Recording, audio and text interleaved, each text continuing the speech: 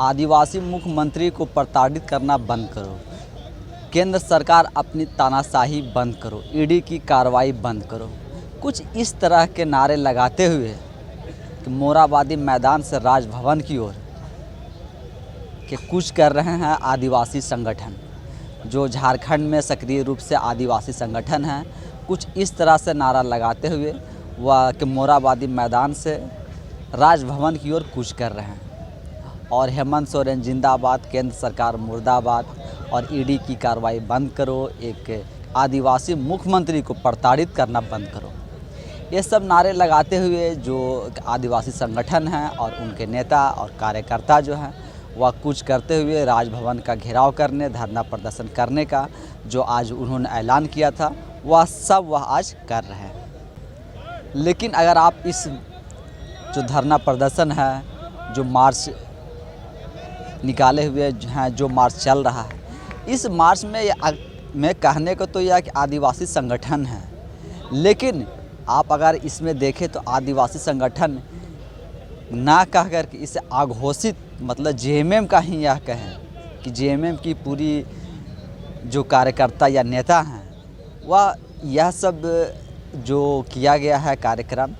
पूरी तरीक़े से जेएमएम का प्रायोजित है और जेएमएम द्वारा ही ये सब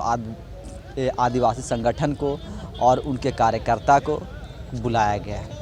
इसमें आदिवासी संगठन के नेता कुछ हैं और कार्यकर्ता थोड़े बहुत हैं और बाद बाकी जो जेएमएम के कार्यकर्ता हैं वही पूरे इस के धरना प्रदर्शन में और मार्च में बढ़ चढ़ कर के हिस्सा ले रहे हैं। जैसा कि कल ईडी से मुख्यमंत्री हेमंत सोरेन जी का आमना सामना होना है, यानी 20 जनवरी को जो उन्होंने ईडी को समय दिया है कि आप हमारे के मुख्यमंत्री आवास पर आकर के आप हमारा बयान रिकॉर्ड कर सकते हैं, आप अपनी पूछताछ कर सकते हैं। तो कल जो मुख्यमंत्री हेमंत सोरेन जी से जो पूछताछ होनी है, क्या उस पूछताछ के चलते आज ये सब क्या ताकत दिखाया जा रहा है, मतलब शक्ति प्रदर्शन किया जा रहा है कि अगर आप कल कुछ हम पे कानूनी कार्रवाई करने की कोशिश करते हैं, हम पे या हमें गिरफ्तार करने की कोशिश करते हैं, तो हम चुप बैठने वालों में से नहीं हैं और हम चुपचाप नहीं बैठेंगे। आज जो पैदल मार्च और धरना प्रदर्शन का जो कार्यक्रम चल रहा है, इसमें कहने को तो आदिवासी संगठन के नेता हैं, लेकिन अघोषित सब जेएमएम के नेता और कार्यकर्ता ही इस के कार्यक्रम को के सफल बनाने में लगे हुए हैं। तो यह सब जो कार्यक्रम हो रहा है या करवाया जा रहा है कि मुख्यमंत्री जी अपना के डर छिपा रहे हैं या डर दिखा रहे हैं। आखिर ये सब धरना प्रदर्शन और जो मार्च करने की ज़रूरत क्यों पड़ रही है? इससे मुख्यमंत्री हेमंत सोरेन जी क्या ईडी को डर दिखाना चाहते हैं या केंद्र सरकार को डर दिखाना चाहते हैं, या जो उनके अंदर अपना डर है, जो उनको डर है कि हम पे कोई कानूनी कार्रवाई ना हो जाए, हमारी गिरफ्तारी ना हो, कि हम पे कोई कानूनी कार्रवाई ना हो जाए और हमारी गिरफ्तारी ईडी द्वारा ना किया जाए। तो ये सब डर को वह छिपाने के लिए इस तरह से आदिवासी संगठनों का वह इस्तेमाल कर रहे हैं और उन्हें मिसलीड करके अपने के किए हुए जो भ्रष्टाचार के उन पे जो आरोप लगे हुए हैं, जो रांची में सेना की ज़मीन जो कब्जे में थी, उस ज़मीन का जो बेचने के आरोप में जो मनी लॉन्ड्रिंग का केस है, जिन पे कि ईडी की पूछताछ होनी है कल, तो वह क्या कानूनी रूप से हेमंत सोरेन जी है क्या पूरा घिरते जा रहे हैं। वह देख रहे हैं कि अब हम कानूनी के बच नहीं सकते हैं, मेरे पास जो भी कानूनी विकल्प हैं वह सब कानूनी विकल्प वह क्या अपना चुके हैं या अपना रहे हैं, और लगता है कि ये सब कानूनी विकल्प से अब हमें इससे बच के निकलने का जो रास्ता है वह नहीं बच गया है। अब एक ही रास्ता बच गया है कि एक आदिवासी कार्ड खेलने का, और इसी आदिवासी कार्ड को वह भुनाने की पूरी कोशिश कर रहे हैं। 19 तारीख को आज जिस तरह से पूरा आदिवासी संगठन को रांची में, पूरा झारखंड भर के आदिवासी संगठन को रांची में बुला करके और क्या न पैदल मार्च, धरना प्रदर्शन, राजभवन का घेराव कर रहे हैं, तो इससे आप केंद्र सरकार को मैसेज देना चाहते हैं कि आप अगर हम पे क्या कानूनी कार्रवाई करते हैं, हमें गिरफ़्तार करने की कोशिश करते हैं, तो हो सकता है या जो आज पूरी शांति प्रदर्शन जो हो रहा है या उग्र हो सकता है। अगर कल हम पे कार्रवाई की जाती है, ईडी के द्वारा पूछताछ के बाद अगर हम पे कार्रवाई की जाएगी, गिरफ्तारी की जाएगी, तो ये सब करने से भी हम नहीं चूकेंगे। जैसे कि पिछले दिनों उन्होंने साहिबगंज और बरहेट जो उनका विधानसभा है, उस विधानसभा में जिस तरह से बंदी करवाए थे और फोर्सफुली बंदी, कुछ जो दुकानदार वहाँ दुकान नहीं बंद कर रहे थे, जो शटर डाउन नहीं कर रहे थे, उनका फोर्सफुली दुकान बंद करवाया गया था, शटर गिराया गया था। तो क्या कुछ वैसा ही फिर अगर इन पे कार्रवाई होती है तो यहाँ रांची में भी और पूरे झारखंड में भी इस तरह से बवाल काटने की एक मतलब मनसे से यह सब जो कार्यक्रम है वह आयोजन किया जा रहा है। आज तो के मोराबादी मैदान से राजभवन तक के मार्च निकाला गया है और उस मार्च में बढ़ चढ़ कर के जो जेएमएम कार्यकर्ता हैं और जो आदिवासी संगठन के नेता और कार्यकर्ता हैं वह सब हिस्सा ले रहे हैं और राजभवन की ओर कूच कर रहे हैं। और राजभवन कूच करने की ओर जो 2-4 नारे आपको सुनने को मिलेंगे, यही 2-4 गिने नारों के साथ वह आगे बढ़ रहे हैं कि एक आदिवासी मुख्यमंत्री को प्रताड़ित करना बंद करो, ईडी की कार्रवाई करना बंद करो, केंद्र सरकार तानाशाही बंद करो। तो आज मुख्यमंत्री हेमंत सोरेन जी को अपने भ्रष्टाचार के आरोप, क्या वह आदिवासी कार्ड खेल करके धोना चाहते हैं? उन पे जो भ्रष्टाचार के आरोप लगे हुए हैं, क्या यह आदिवासी कार्ड खेलने से उनका भ्रष्टाचार के जो दाग है वह धुल जाएगा? और इस दाग को धुलने में क्या आदिवासी नेता या आदिवासी संगठन भी उनकी मदद कर रहे हैं? और इस मदद के पीछे उन आदिवासी नेताओं का या जो कार्यकर्ता जो इसमें बढ़ चढ़ के हिस्सा ले रहे हैं, उनको क्या फ़ायदा है? इतने खर्च हो रहे हैं क्या अगर पूरी आदिवासी संगठन आज रांची में एकजुट हो रही है, इकट्ठा हो रही है, राज्य भर के आदिवासी संगठन आ रहे हैं, वहाँ के जो नेता आ रहे हैं, कार्यकर्ता आ रहे हैं, तो ये सब आने जाने का खर्च और ये जो कार्यक्रम का पूरा जो खर्च है, यह खर्च कौन वहन कर रहा है? यह सब खर्च कौन उठा रहा है? यह सब खर्च कौन दे रहा है? क्या यह सब खर्च भी राज्य सरकार देगी या जेएमएम के नेता देंगे या मुख्यमंत्री हेमंत सोरेन जी द्वारा दिया जाएगा? क्योंकि यह सब कार्यक्रम जो हो रहा है वह सिर्फ़ और सिर्फ मुख्यमंत्री हेमंत सोरेन जी को कार्रवाई से बचाने के लिए किया जा रहा है, क्योंकि उनको भ्रष्टाचार के जो आरोप में घिरे हुए हैं उससे वह निकल नहीं पा रहे हैं। उस दलदल में वह दिनों दिन और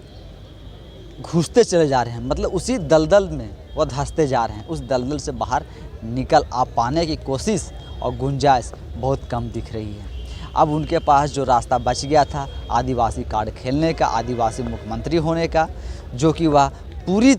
भुनाने की कोशिश में है और उसी में लगे हुए हैं। यह कार्ड खेल करके हम के ईडी पर और केंद्र सरकार पर दबाव बना करके हम पे जो ईडी की कार्रवाई है, हम पे जो कानूनी शिकंजा कसा जा रहा है, यह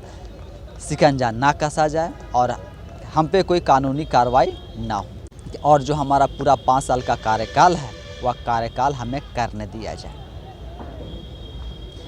तो जो राज्य के आदिवासी संगठन हैं, जो कार्यकर्ता हैं, जो यह सब एकजुट होकर के उनका समर्थन कर रहे हैं, उनको मदद दे रहे हैं, उनके साथ खड़ा हो रहे हैं, मैं उन सब से भी एक सवाल करना चाहता हूँ। क्या जो ईडी कार्रवाई कर रही है केंद्र सरकार द्वारा या केंद्रीय जो जांच एजेंसियां कार्रवाई कर रही हैं, क्या यह सब जांच क्या राजनीति से प्रेरित है या वाकई में जितने भ्रष्टाचार के आरोप लगे हुए हैं इन सब आरोपों में दम है? अगर दम नहीं होता तो इतने ईडी का सम्मन शायद नहीं आता। 1-2 सम्मन या 1-2 बार पूछताछ कर के शायद इन्हें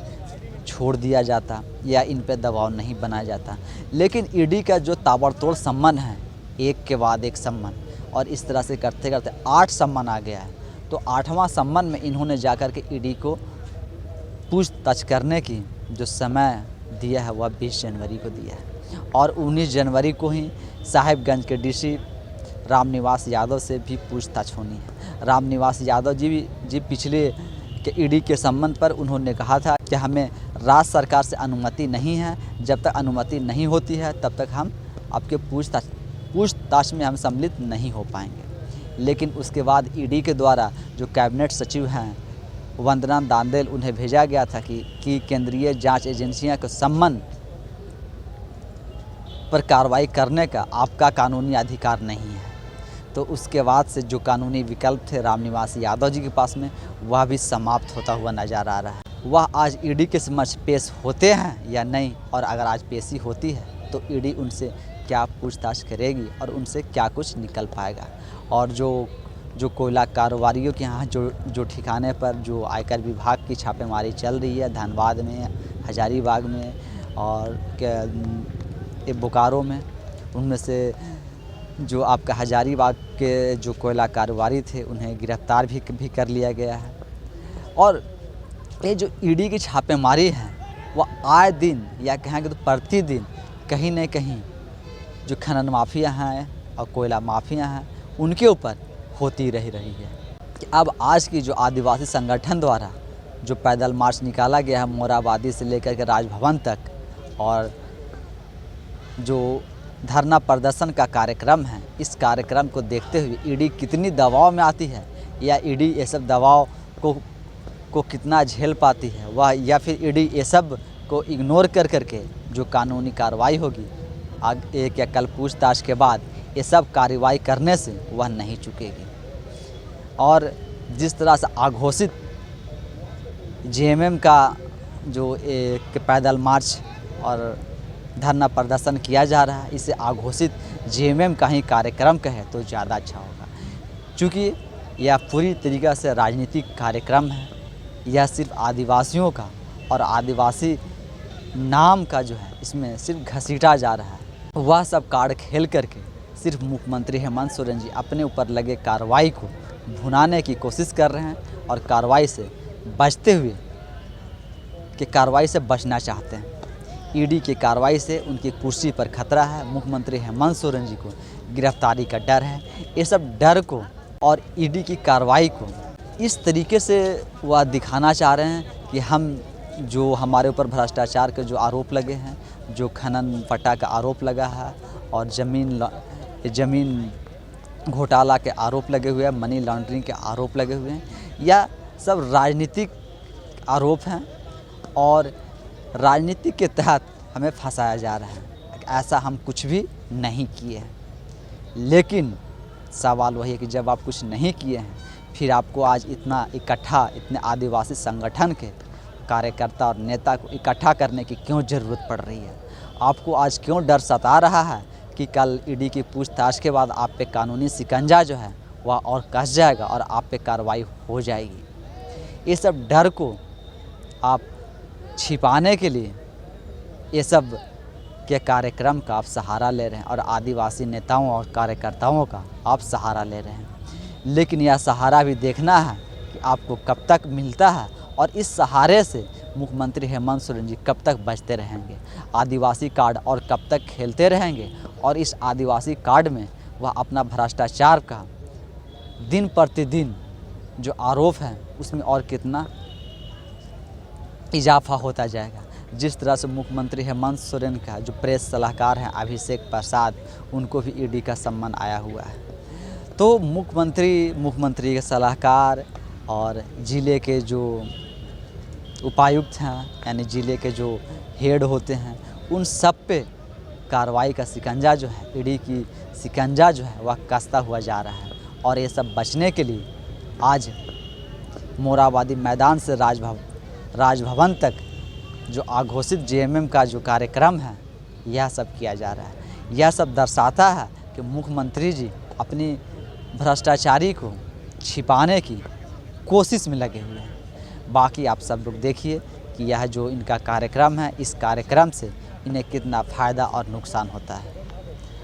धन्यवाद।